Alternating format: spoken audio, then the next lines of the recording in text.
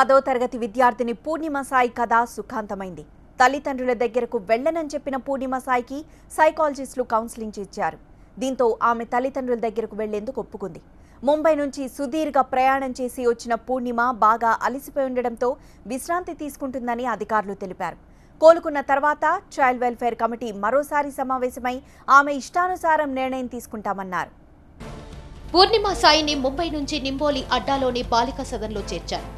సాయిబాబా కలలో కనిపించి తల్లిదండ్రుల నుంచి ఏడాది పాటు దూరంగా ఉండాలని, లేకుంటే వారి ఆరోగ్యం పాడవుతుందని చెప్పారని, అందుకే ఇంటి నుంచి వెళ్లారని పూర్ణిమ చెప్తోంది.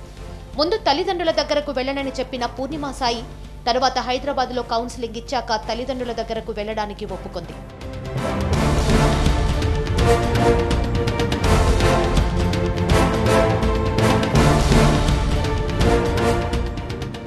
ప్రస్తుతం ఆమె విశ్రాంతి తీసుకుంటోంది. కోలుకున్న తర్వాత పూర్ణిమ అభిప్రాయం అడిగి తెలుసుకొని ఏం చేయాలో నిర్ణయం తీసుకుంటామంటున్నారు అధికారులు. ఆమె మానసిక స్థితి తెలుసుకునే ప్రయత్నం చేశారు అధికారులు. పూర్ణిమ సాయి మానసిక స్థితి బాగానే ఉందని చెప్తున్నారు పోలీసులు. పూర్ణిమ సాయి అదృశ్యం వెనుక ఎలాంటి క్రిమినల్ యాక్టివిటీ లేదని తేలిందంటున్నారు పోలీసులు.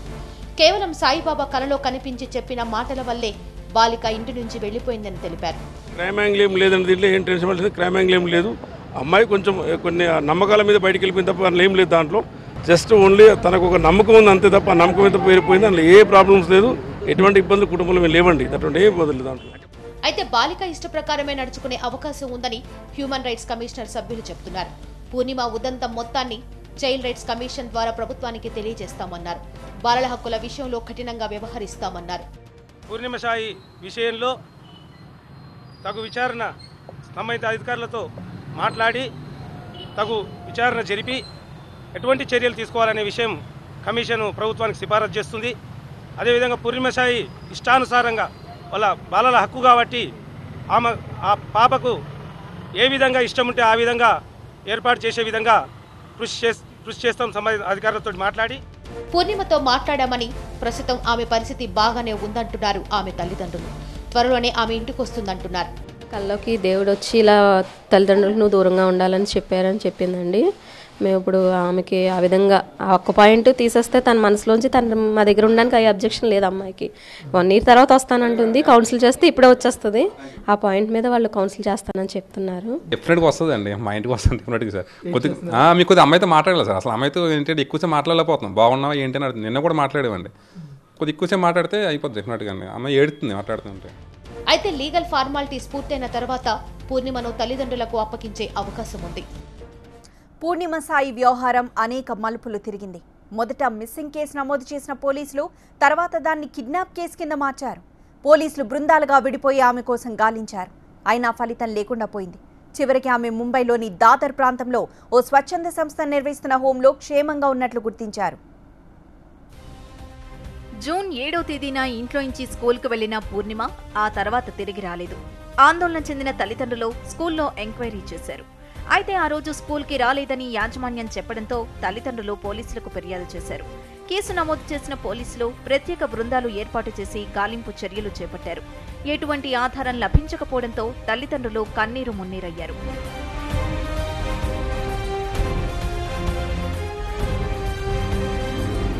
జూన్ 7 నుంచి కనిపించకుండా పోయిన పూర్ణిమ ఆ రోజే షిరిడి వెళ్లి సాయిబాబాను దర్శించుకుంది.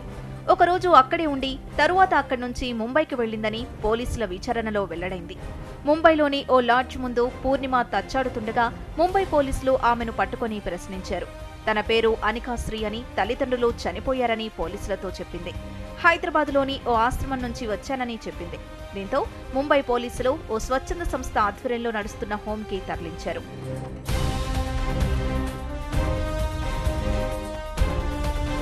పోలీసులు, స్వచ్ఛంద సంస్థ నిర్వాహకులు ఆమెను ఎంతగా ప్రశ్నించినా పూర్ణిమ వారికి నిజం చెప్పలేదు. కొన్ని రోజుల క్రితం అదే హోంలో మరో తెలుగు బాలిక చేరింది. ఆమెతో పూర్ణిమ మాటలు కలిపింది. తనది హైదరాబాద్ అని, ఇంటి నుంచి పారిపోయొచ్చానని చెప్పింది. ఈ విషయం హోం నిర్వాహకులకు ఆ బాలిక చెప్పింది. దీంతో హోం నిర్వాహకులు పోలీసులకు సమాచారం ఇచ్చారు. ముంబై పోలీసులు హైదరాబాద్ పోలీసులకు ట్విట్టర్లో మెసేజ్ పెట్టారు. వివిధ కోణాల్లో పరిశీలించాక ఆమె పూర్ణిమనే అని నిర్ధారణకొచ్చారు.